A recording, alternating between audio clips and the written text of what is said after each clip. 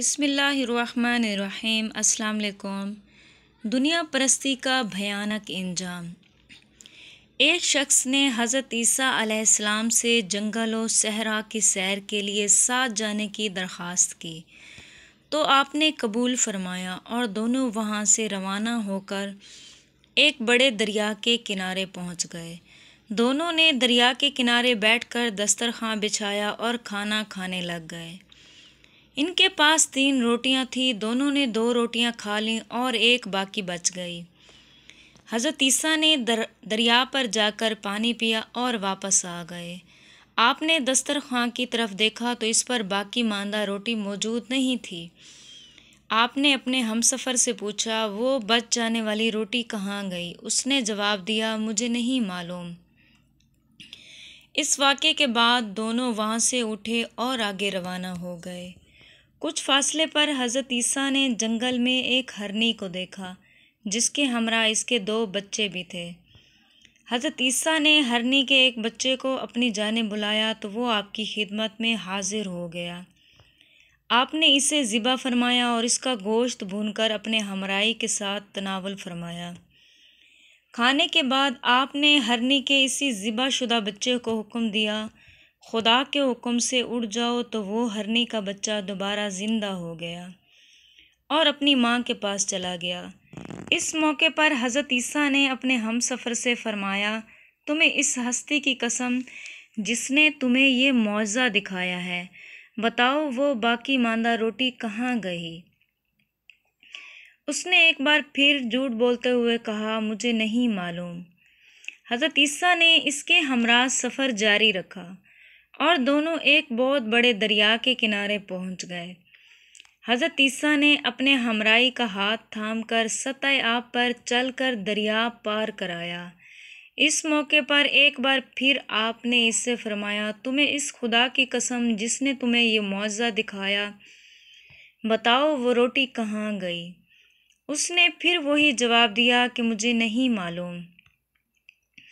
دونوں اپنا سفر جاری رکھتے ہوئے ایک جنگل و بیاباں میں پہنچ گئے۔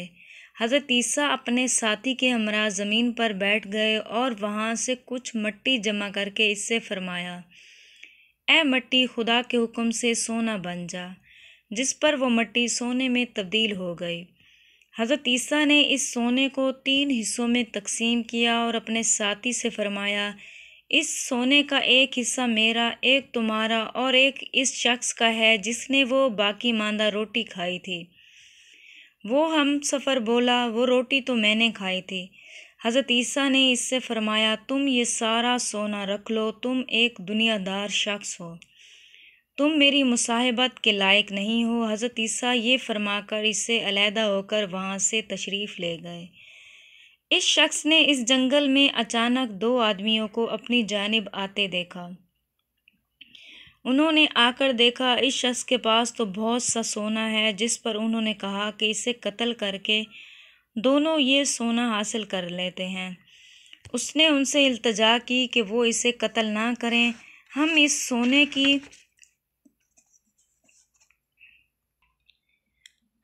سونے کو 3 حصوں میں تقسیم کر لیتے ہیں۔ انہوں نے اس کی یہ پیشکش قبول کر لی۔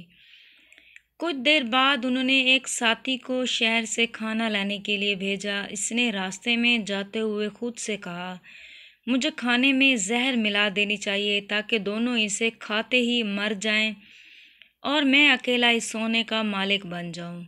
ادھر ان دونوں نے سونے کے پاس بیٹھ کر آپس میں منصوبہ بنایا کہ جب ان کا وہ ساتھی کھانا لے کر واپس پہنچے تو اسے قتل کر کے سونے کو آدھا آدھا آپس میں بانٹ لیں۔ چنانچہ جیسے ان کا ساتھی کھانا لے کر واپس پہنچا، دونوں نے مل کر اسے موت کی گھاٹ اتار دیا اور پھر آرام سے بیٹھ کر کھانا کھانے میں مصروف ہو گئے۔ مگر کچھ ہی دیر بعد زہر نے اپنا اثر دکھایا اور دونوں ہلاک ہو گئے۔ حضرت عیسیٰ سفر سے واپس آئے تو دیکھا کہ سونے کے قریب 3 لاشیں پڑی ہوئی ہیں۔ آپ نے اپنے حواریوں کو مخاطب کرتے ہوئے فرمایا، یہ ہے دنیا، اس سے ہوشیار رہو تاکہ یہ تمہیں دھوکہ نہ دے۔